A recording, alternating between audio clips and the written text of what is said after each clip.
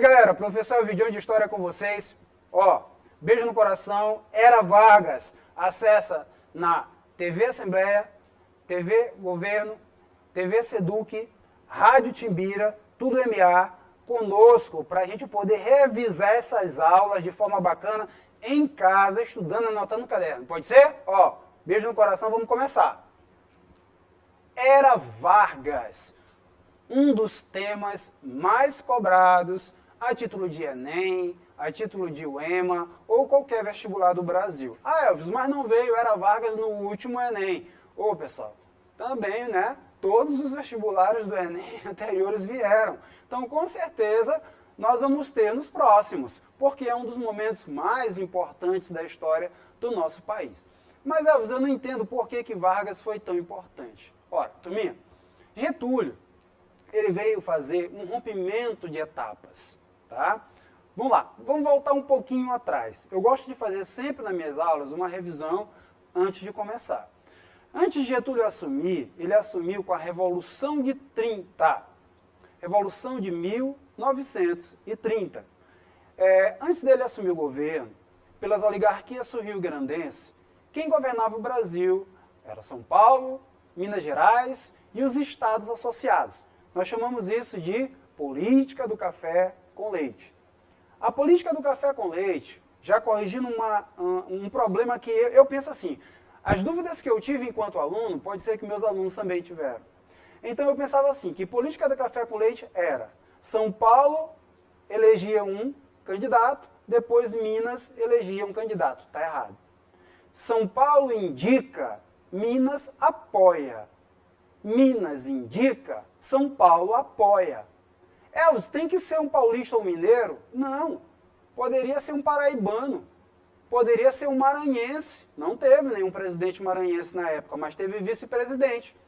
Tá? Para quem não sabe, nós tivemos 2 vice-presidentes nessa época aqui. E nós tivemos um presidente mais tarde, que vai ser José Sarney. Perfeito?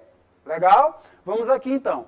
Então, essa política de sucessão de presidentes indicados e apoiados por São Paulo e Minas, ela vai romper em 30, com o golpe. Elvis, tu disse que foi revolução. Eu sei, os livros trazem revolução, mas vem comigo aqui, ó, presta atenção. Revolução é quando há uma mudança radical nas estruturas.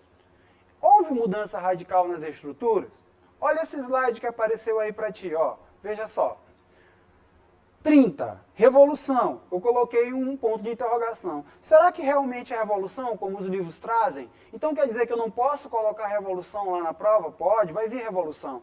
Mas aqui a gente está para aprofundar, foi um golpe, pessoal. Mas ninguém quer ser chamado de golpista, é mais bonito ser chamado de revolucionário, tá?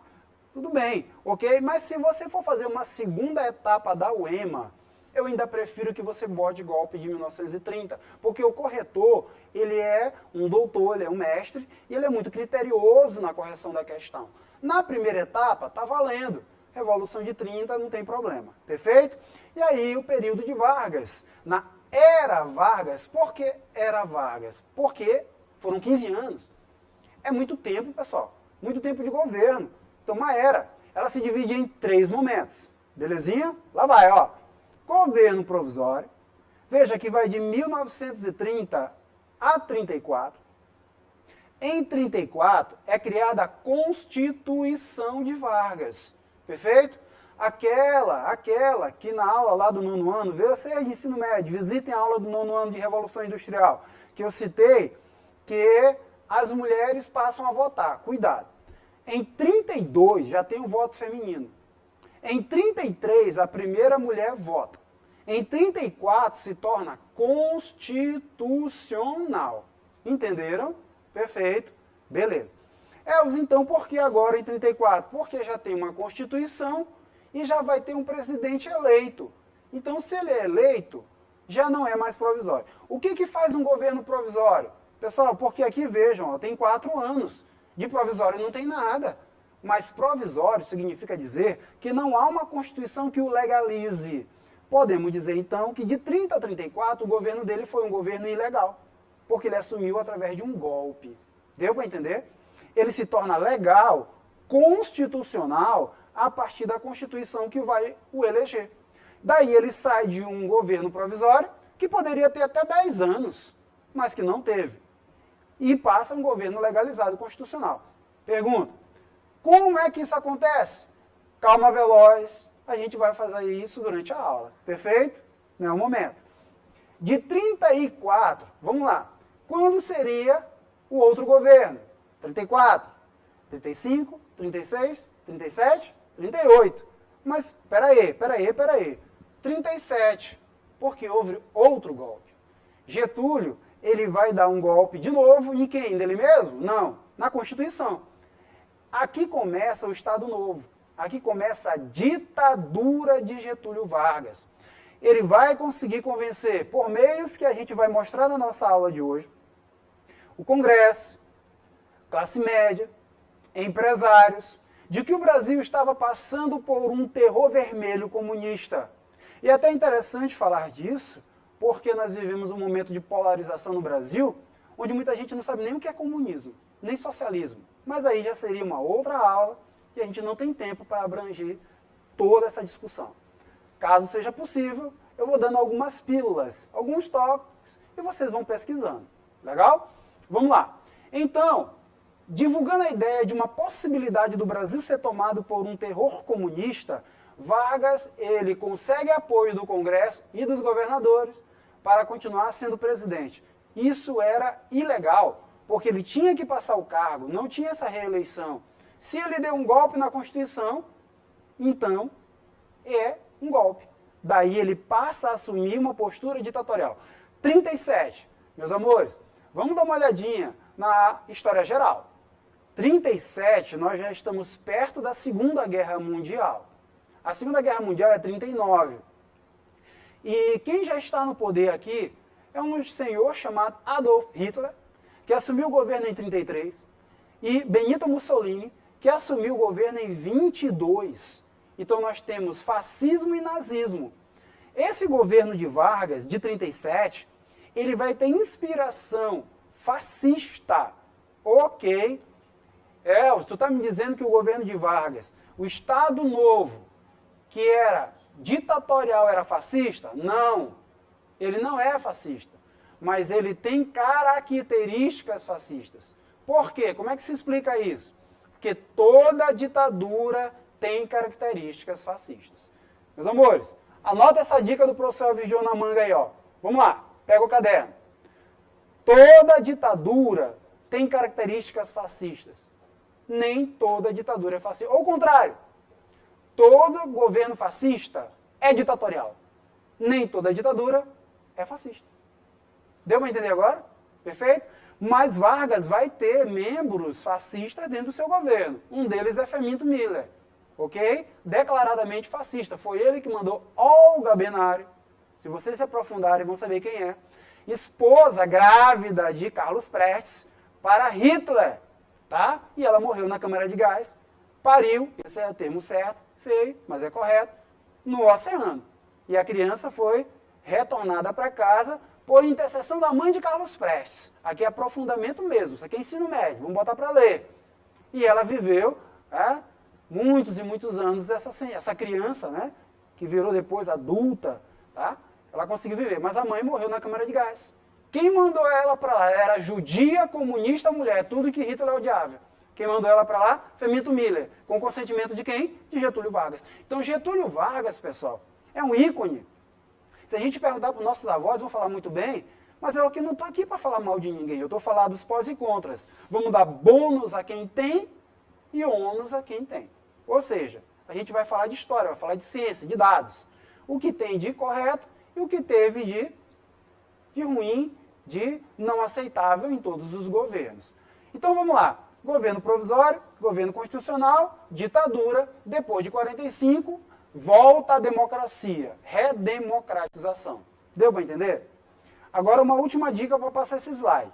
Todo esse período aqui, ó, todo esse período é o primeiro governo de Vargas. Não vacila, eu já vi muitos de vocês vacilarem. Porque o segundo governo é aquele que vem depois de Dutra. Em 45, quem assume em 46 é Dutra. Ele era militar. Ele vai governar e depois de Dutra, Vargas volta. É o que a gente chama de governo populista. Então, esse é o segundo governo. Então, o primeiro governo de Vargas durou 15 anos. O segundo governo de Vargas vai ser depois de Dutra, ele vai cometer suicídio. É só lembrar, é aquele lá do suicídio de Vargas. A gente não vai falar desse governo. Nós vamos falar, perfeito? Olha aqui, ó, vamos falar da era Vargas, do primeiro governo. Avançando. Essa imagem está meio torta. Eu sei, pessoal, é uma imagem antiga, uma foto, vamos dar aqui um desconto para a tecnologia da época, tá? Getúlio está bem aqui, ele tá vestido de militar. Getúlio era militar? Getúlio era advogado. Ei, muita gente não te conta, mas eu te conto, ele era sargento. Ele era sargento, ele largou para estudar o quê? A advocacia. Então ele era o quê? Ele era da reserva. Ele era militar da reserva. Não esquece disso. E aqui não é porque ele é militar da reserva. Ele está homenageando os militares que o apoiaram. Coloca aí no caderno. Tenentismo. Movimento tenentista que muito lutou pelo fim do governo das oligarquias. E aí a gente vai dizer, o governo de Vargas foi uma mudança de oligarquia? Foi o fim das oligarquias? Outra questão de Enem, não foi. O governo de Vargas não foi o fim das oligarquias, foi a saída de São Paulo e Minas do poder. Mas quem assume agora? Rio Grande do Sul, porque Vargas é político sul-rio-grandense. Então nós temos uma substituição de oligarquias. Por essa razão é que eu fiz aquela crítica inicial, nós historiadores, de que, ponto de interrogação, foi uma revolução? Porque revolução é mudança. Se saiu as oligarquias de São Paulo e Minas, café com leite, a qual o Maranhão fazia parte, porque não era só São Paulo e Minas, era São Paulo e Minas e os estados que apoiam, agora veio outra oligarquia, que é a Rio Grande do Sul, então não foi revolução. As camadas populares melhoraram de condição de vida, a miséria acabou, o preconceito desapareceu? Claro que não, então não foi revolução, foi um golpe. Perfeito? Legal? Continuando. Vamos lá, Revolução de 30. Causas da Revolução. Decadência do esquema do café com leite, São Paulo e Minas se enfraquecem, São Paulo e Minas brigam. Pessoal, brigaram. São Paulo vai indicar Júlio Prestes, e Minas não aceitava o nome de Júlio Prestes. Lembra do café com leite? Um indica, o outro apoia. São Paulo indica Júlio Prestes. Não confunde Júlio Prestes com Luiz Carlos Prestes. Apesar dos dois serem Prestes, eles não eram parentes. Perfeito? Luiz Carlos Prestes, ele foi tenentista que virou comunista, um dos principais líderes do PCB, Partido Comunista Brasileiro, ok? Aqui é Júlio Prestes, que apoia São Paulo, e Minas não aceitava. Então São Paulo e Minas brigaram. Como São Paulo e Minas brigam, Minas se apoia a Rio Grande do Sul e lançam o nome de Getúlio. Então nas eleições de 30 nós vamos ter São Paulo, Júlio Prestes, Minas e Rio Grande do Sul, Getúlio Dornelles Vargas. Essas são as eleições de 30, perfeito? Crise cafeicultora. Ixi, dá uma lidinha você aí na crise de 29, tudo bem? Tu vai entender que a crise de 29 que explodiu nos Estados Unidos vai afetar o Brasil de vez. Como? Os cafeicultores vão estar tão fracos que o presidente da época, que era Washington Luiz, ele não consegue apoiar os cafeicultores. Comprar o café e queimar. Política de valorização do café. O que ele vai fazer então? Ele vai dizer que não pode. Então ele perde o apoio dos cafeicultores. Legal, pessoal? Porém, apesar de perder o apoio dos cafeicultores, ele consegue depois tentar comprar esse café, mesmo assim ele já se enfraqueceu, e vai receber o golpe. As eleições acontecem, mas quem ganha as eleições não é Vargas. Vargas perdeu as eleições. Pessoal, bota uma coisa na cabeça. Olha, esse Vargas aqui não é o Vargas que nós conhecemos hoje. Conhecido, aclamado, que criou as leis trabalhistas. Esse Vargas aqui o Brasil não conhece ainda. Não é um Vargas conhecido pelo Brasil inteiro. Ele não tem força política para ser eleito presidente, para bater de frente com uma oligarquia que tinha apoio da maior parte dos governadores do Brasil. Não adianta, Vargas não vai ganhar essas eleições. Então ele tomou a força. E aí como é que ele vai tomar a força? Ele sozinho? Exército de um homem só? Claro que não. Claro que não. Ele vai ter apoio dos tenentes que era baixa patente, já queriam expulsar São Paulo há muito tempo, dos generais que já acreditavam que o Brasil deveria mudar de governo, investir na tecnologia, que eles eram positivistas, ou seja, ordem e progresso, está na bandeira. Esse governo oligárquico não avança. Como é que o exército vai melhorar suas máquinas, sua maquinaria, seu armamento? Como é que o Brasil vai se modernizar? Então os generais apoiam. Então ó, o exército apoiou da baixa oficialidade, da alta oficialidade. Os governadores vão apoiar, porque Getúlio vai garantir a eles que eles vão continuar governando. Ok? Governadores nesse momento, não. Depois, os tenentes, porque os tenentes vão ter a esperança de assumir o governo junto com Vargas, e vão temporariamente assumir o governo com Vargas. As classes médias, então Vargas teve apoio de todo esse grupo, perfeito? Ele forma a Aliança Liberal. E aí essa Aliança Liberal perde as eleições, mas toma o poder pelo golpe. Perfeito? Vamos lá. Olha essa imagem. Enem gosta de charges. Getúlio puxando a cadeira. Presidente. E aí tem assim, ó, Getúlio Vargas. Com licença, seu Julinho. Julinho é Júlio Prestes, que está caindo. Eu não entendo. Quem era o presidente? Era o Washington Luiz ou Júlio Prestes? Washington. Mas Júlio Prestes ganhou as eleições, mas não foi empossado. Então foi um golpe duplo. Foi no golpe do que ainda estava governando e um golpe no que foi derrubado. Entenderam agora? Perfeito? Júlio Prestes ganhou, mas não levou. Poxa, tristeza, né? Para Júlio Prestes. Quem vai levar é Vargas. E aí, ó, golpe de Estado. 3/11/30, a junta militar entrega o poder aos revoltosos, na pessoa de Getúlio, porque quem tomou o poder são os militares, e entregam a Vargas. Então foi, ó, anota aí, pessoal, porque a gente pensa que golpe militar no Brasil é só 64. Isso aqui foi um golpe civil-militar. Golpe civil-militar. Quem apoiou Vargas foram os militares. Ninguém dá golpe sem forças armadas. Bota isso na tua cabeça. Isso não existe. Ou é paramilitar, ou é oficial. Nesse caso aqui foram as forças oficiais, não foram paramilitares, uma força paralela. Ok? Avançando. Primeiro governo de Vargas, governo provisório. Olha aqui, pessoal. Vargas torna-se hábito das forças em disputas. Vamos pensar, quem colocou Vargas no governo? Militares, tenentistas, não é isso? Todo mundo vai querer alguma coisa de Vargas. Ou ele tem jogo de cintura para organizar isso aqui, ou ele vai cair. Fim do monopólio das oligarquias. Cuidado! Fim do monopólio das oligarquias de São Paulo e Minas. Mas agora quem está no poder? Oligarquia sul-rio-grandense. Tá? Esvaziamento do tenentismo. Eu não entendi nada. Os tenentes não apoiaram Vargas? Apoiaram. Mas Vargas, pessoal, ele foi um dos políticos mais sagazes do Brasil. Vejam só. Tá? Não estou dizendo que ele foi correto em tudo que fez. Pelo amor de Deus. Estou dizendo que ele foi inteligente. Vargas pede apoio dos tenentes. Os tenentes apoiam com as armas. O que Vargas faz? Demite todos os governadores. Demite todos os governadores. Se fosse hoje, é como se ele demitisse o nosso governador. Botasse o nosso governador para fora. Isso é legal. Isso é crime. Então o que ele vai fazer? Ele coloca um tenente no lugar do nosso governador. Ele coloca um interventor. Olha a palavra, interventor. Isso é antidemocrático. Então ele dá um cala-boca em quem? Nos tenentes. Ele coloca os líderes tenentistas para governar os estados do Brasil. E aí os tenentes ficam felizes. Mas isso aqui é uma vitória parcial. Porque os tenentes eram contra as oligarquias. E para chegar ao poder tiveram que se aliar a uma oligarquia. Outra questão de Enem. É uma vitória parcial do movimento tenentista.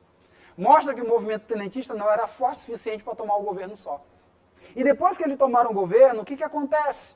Eles expulsam Vargas? Não. Olha para cá. Os tenentes vão para a direita, se tornam fascistas, tá? Se tornam fascistas. Plínio Salgado, eu gosto de nomes para não dizer que é fofoca. Plínio Salgado. Outros vão para a esquerda, e aí nós temos Luiz Carlos Prestes, que se torna comunista, PCB. E outros continuam com Vargas. Continuam com Vargas, mas sem força. Sem força, com o movimento vazio, vão se esvaziando, se diluindo. Então Vargas vai diluir o movimento tenentista. Deu para entender? Beleza? Esse movimento, com o tempo, vai perdendo força. Uns viram comunistas, outros viram fascistas, outros viram coisa nenhuma dentro do governo de Vargas. Dividido em elite entre direita e esquerda. Falta de projeto político, os tenentes eram muito fracos. Tenentismo é utilizado para centralizar o governo e combater as oligarquias. Olha aí, ó. O que Vargas vai fazer? Estão acompanhando comigo? Beleza? Vamos lá. Olha aqui, ó. Defesa do café. Pessoal, quem mandava no café, não é São Paulo? 1906, Lei de Salvação do Café e de Valorização do Café. Pesquisa. Vargas, todo presidente que vem antes de Vargas, comprava café, queimava café para valorizar. Lembra da crise de 29? Ela não gera a crise do café, ela piora. Como é que eu posso provar isso? 1906. Se foi criada uma lei para valorizar o café em 1906, é porque a crise de 29 não causou a crise, ela só piorou. Deu para entender? Legal? Então, Vargas sabia que o café é São Paulo. Mas Elvis, ele não tirou São Paulo? Tirou. Mas se ele não valorizar o café, ele quebra o Brasil. A mola que segura o Brasil é o café. Ele vai dar um tiro no próprio pé. Ou seja, ele não pode virar as costas para o café. Ele tem que continuar comprando excesso de café e queimando em Santos. Por quê? Lei da oferta e da procura. Se tem muito café, desvaloriza. Deu para entender? Se tem pouco café, valoriza. Outra coisa, ele compra o café dos cafeicultores. E os cafeicultores, aquele café que eles não conseguiram vender. E os cafeicultores não vão falir. Deu para entender? Ele derruba os cafeicultores, mas não deixa a economia deles quebrar. Então os cafeicultores ficam com a boca fechada. Eles estão extremamente revoltados com Vargas, porque perderam o governo, mas não podem reclamar de Vargas, porque ele continua valorizando o café. Vejam como o Vargas é sagaz, ok? Olha aqui, ó. E o que ele vai fazer? Conselho Nacional do Café, retorna a política de valorização, que é a queima do café, visa o apoio dos cafeicultores, ele vai ter que ter o apoio, mesmo os cafeicultores não gostando dele, e estabiliza o café e sustenta outros setores da economia. Coloca assim, ó, pessoal, devagar agora, devagarinho, tá? O Brasil era só café, até Vargas. Agora ele vai diversificar os grãos. Vargas sabia que o Brasil não poderia depender de um único produto. País que depende de um único produto está sujeito à crise o tempo inteiro. E ele vai incentivar a indústria. Elvis, ele que criou a indústria? Claro que não. A indústria já surge no final do século XIX. Mas é Vargas, com a indústria de bens de consumo não duráveis, ó, roupas, alimentos. Mas é Vargas que vai criar a indústria de base. Aquela que é siderurgia, metalurgia, aquela que é necessária para manter as outras. Então, anota aí. Getúlio incentiva a indústria que já existe. Getúlio cria indústria de base. Beleza? Então, ó, anota no caderno. É Getúlio que consolida a indústria brasileira. Isso aí é certo. É Getúlio que consolida a indústria brasileira. Legal? Vale do Rio Doce. Quem criou? Getúlio Vargas. Não é a Vale. Vale é ela privatizada. Companhia Vale do Rio Doce é no período de Vargas. Perfeito? Petrobras, segundo o governo de Vargas. Perfeito? Siderúrgica Nacional. Era Vargas. É ele que cria. Então ele cria a indústria de base. Ok? Consolida a indústria e investe em outras áreas da agricultura para o Brasil não ser só café. Passando. Controle sindical. Olha isso aqui, presta bem atenção e foca nas partes coloridas. Ó, em 31, Vargas cria a lei sindical. Ok? O que é isso aqui? Ó? Entraria em funcionamento a partir da aprovação oficial. Governo afastaria a participação de vários trabalhadores imigrantes.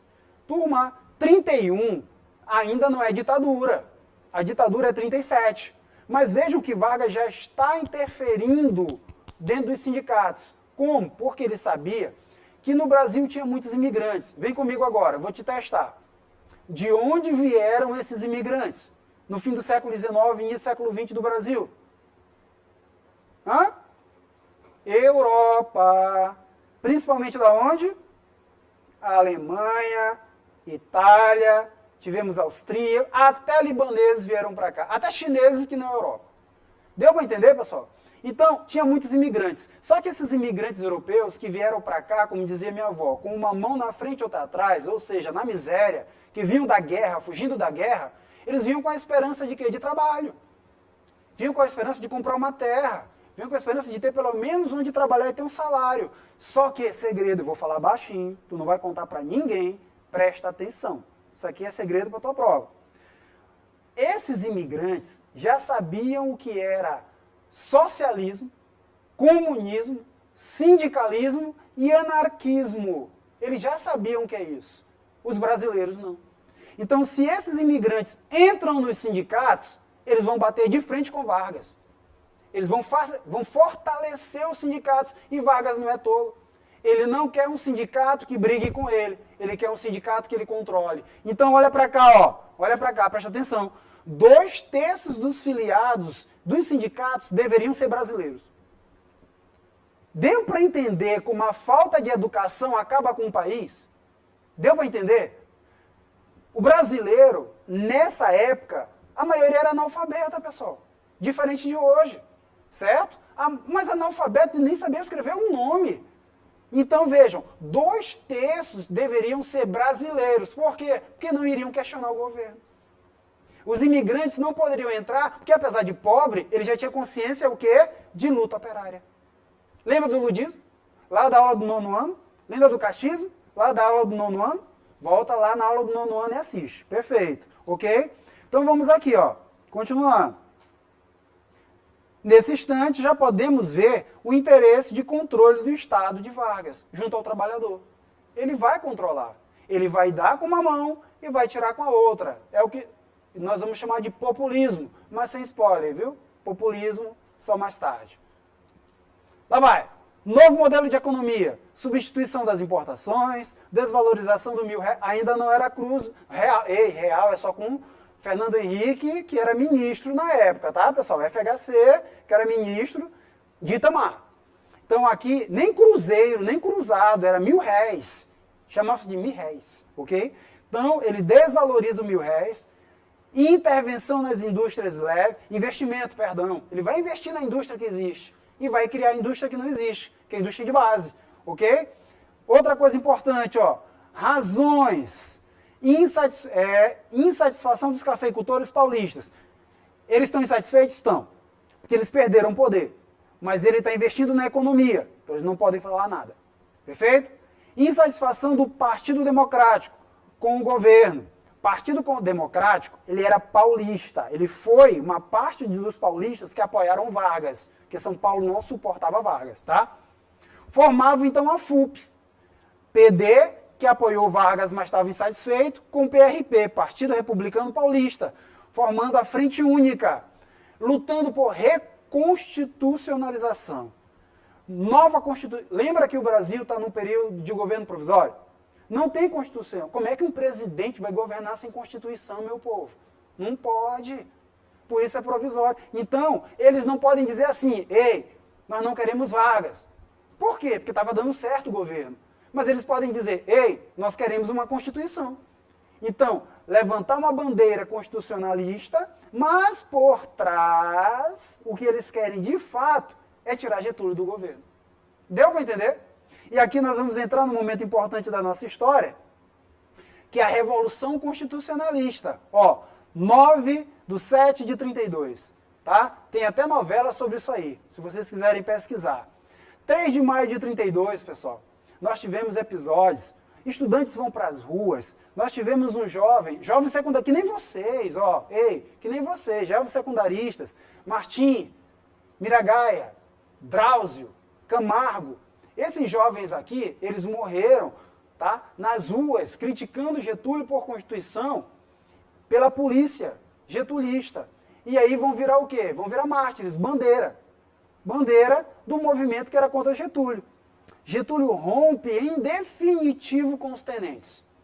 Tira os tenentes, coloca um governador e o movimento tenentista, ó, se arrebenta todo.